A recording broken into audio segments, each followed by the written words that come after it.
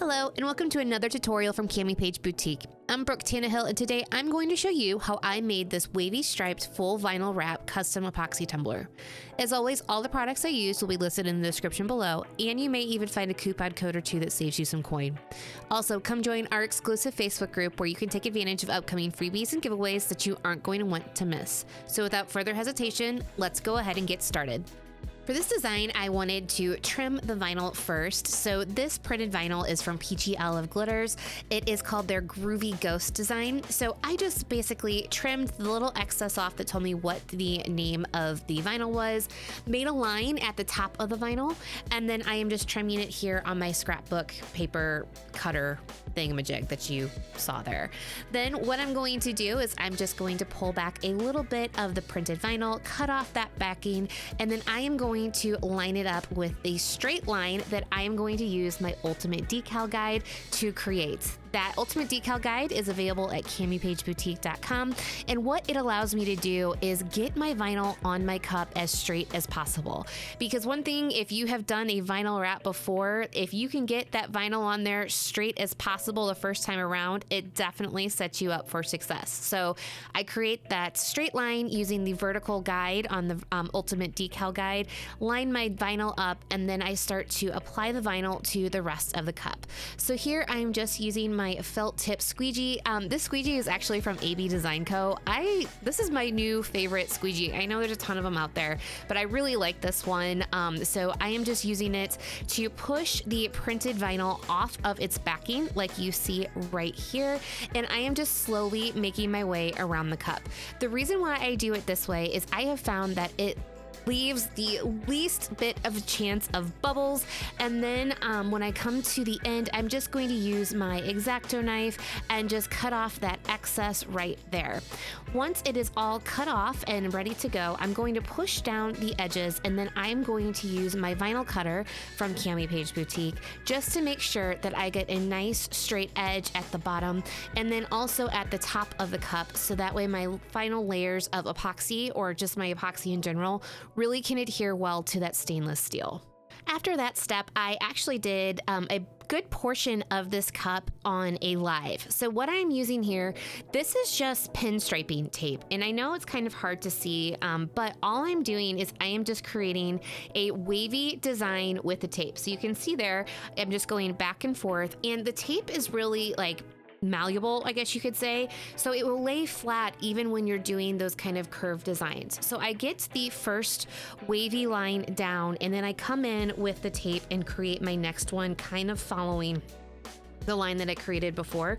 So you can see there, and I'm going to create 3 separate sections for my waves. So I'm keeping them about the same width and following the pattern of that first piece I laid down, but I'm going to do 4 of the lines with the tape, so that way I've got like crisp lines to kind of work within for the glitter stripes that we will be adding to this cup. Now, the thing with this cup is that I am actually only going to be using 2 different glitters for this entire cup. So I am doing this pinstriping to make sure that I can lay my my paint down that I will be using, because I'm only going to come in with 1 single glitter color to make it the whole look come together. Once I'm done getting all the wavy lines in place, I am grabbing my Miss Lillian's No Wax chalk paint, and I'm going to be filling in that first stripe. I love this paint so much that I decided to start selling it. So you can find this at the CamiPaigeBoutique.com website, but this first color is one of my favorites. It's Rosebud.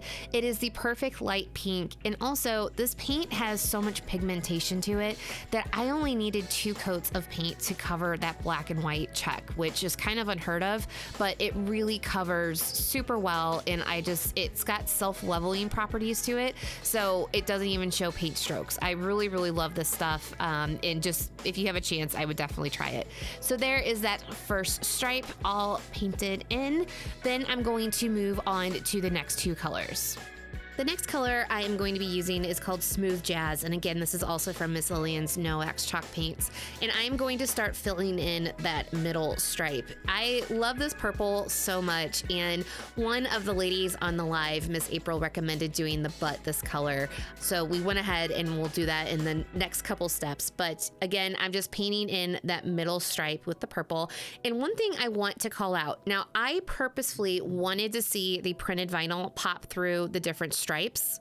So I left the stripes there the way that I wanted them. Now, if you didn't want the printed vinyl showing up, you could very easily pull off that middle piece of tape between the pink and the purple and just paint that in. I just personally really like the look of the printed vinyl showing through the stripes, so I really wanted to leave that little bit of detail. Next, I'm going to come in with my third color, and this is the prettiest light green ever. It is called Vintage Cottage, and I am just going to fill in that third spot with this paint. Now, again, I did 2 coats of this, and then I came in and applied the glitter. So just make sure that you let this dry.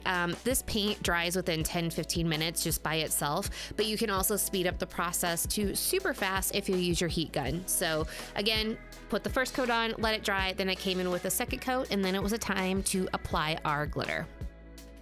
Once my paint was all dry, I came in with glitter glue from Artistry Epoxy. Now, one thing to note is that the tape is still on the cup, and I did that again because I wanted the nice crisp lines, and since I am using just one glitter for all of the stripes, it made it super easy.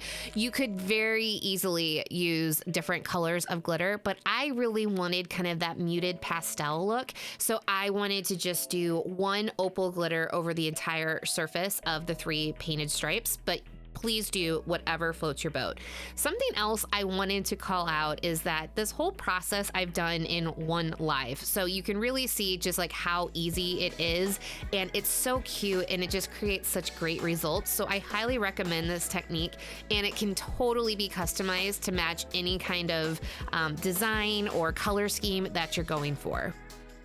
Once I have the glitter glue applied the way I like it, I am grabbing silk from Peachy Olive Glitter. Now, if you know me or if you've been watching me for a long time, you'll know that this is my favorite white by far. It's an amazing opal, and it just coats this so wonderfully. So the thing to note is with the glitter glue, it's going to look a little more, the colors are going to look a little more muted than when they fully dry. So they're going to become a lot more vibrant. So just make sure to note that because glitter glue does dry completely clear.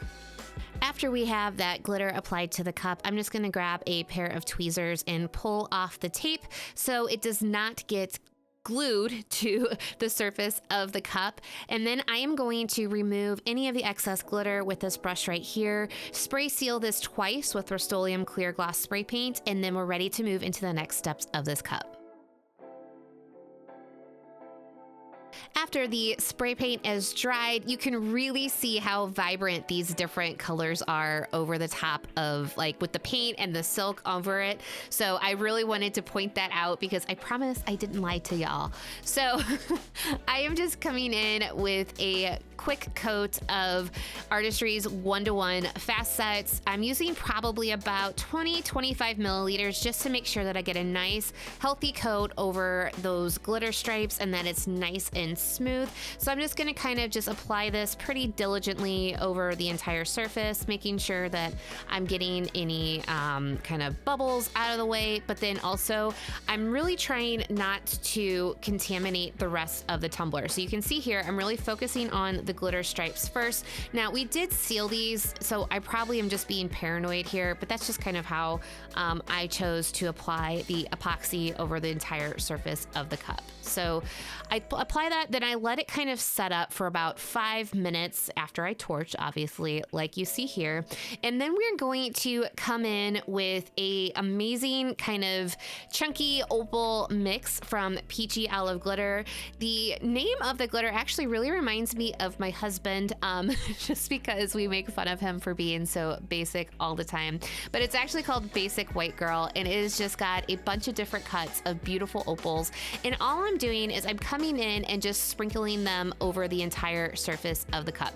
Now, at first I was gonna not have it overlap with the stripes, but I'm like, you know what? I think it's a really cute detail. So I'm just the littlest bit just between my fingertips, sprinkling it on the cup. Now, I did try to avoid the ghost. It didn't go too well, but I just really like this added bit of glitz to the overall printed vinyl, and I think it's just a nice added detail. You could obviously skip this step, but it is completely up to you. I went in with a second coat of epoxy, and while that was drying, it was time to work on our decals. So this design is available at creativefabrica.com, and I just cut it out on my Cricut using a .035 offset in Design Space. So I cut them out just using this awesome vinyl from Tech Wrap, and then also this textured vinyl from Cricut.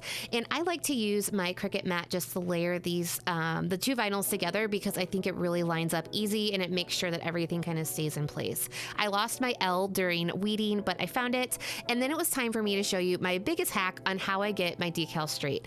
Now on that B right there, you can see that there's a straight edge. So what I'm doing is I'm using the vertical tool from the Ultimate Decal Guide, and I am lining up that vertical edge with the edge of that tool. This way I know that the decal is perfectly straight, and I just slide it on the stand or the guide of the Ultimate Decal Guide, and I just line my decal up with where I want the placement on my cup. I run my thumb down the middle of the decal and just continue to apply it to the rest of the cup. This way I know my decal is perfectly straight, I get the placement that I want, and I don't have to worry about it being all wonky and having to recut the vinyl and reapply. So I love this step. Then it was time to seal my vinyl. I am using Quick Seal from Artistry Epoxy. I love doing this extra step because it allows me to make sure that my vinyl is sealed in place. I don't have any pokey bits with the vinyl lifting when I go into my final coats of epoxy, and I also need less epoxy on those final coats. So I applied my Quick Seal, let that dry for about 45 minutes, and then I went in with 2 final coats of epoxy for this beauty right here. Here it is right here. It is so perfect for spooky season. I hope this tutorial inspires you, and I can't wait to see what you create. If you have any questions about any of the steps or information, please feel free to reach out and I'll be more than happy to help. As always, thank you for watching. It really means a lot to me. If you like this tutorial, make sure to give it a thumbs up and subscribe so you can see future videos. You can also ring the bell so you're notified of all future cut making goodies. Thank you again. Love you guys. Bye.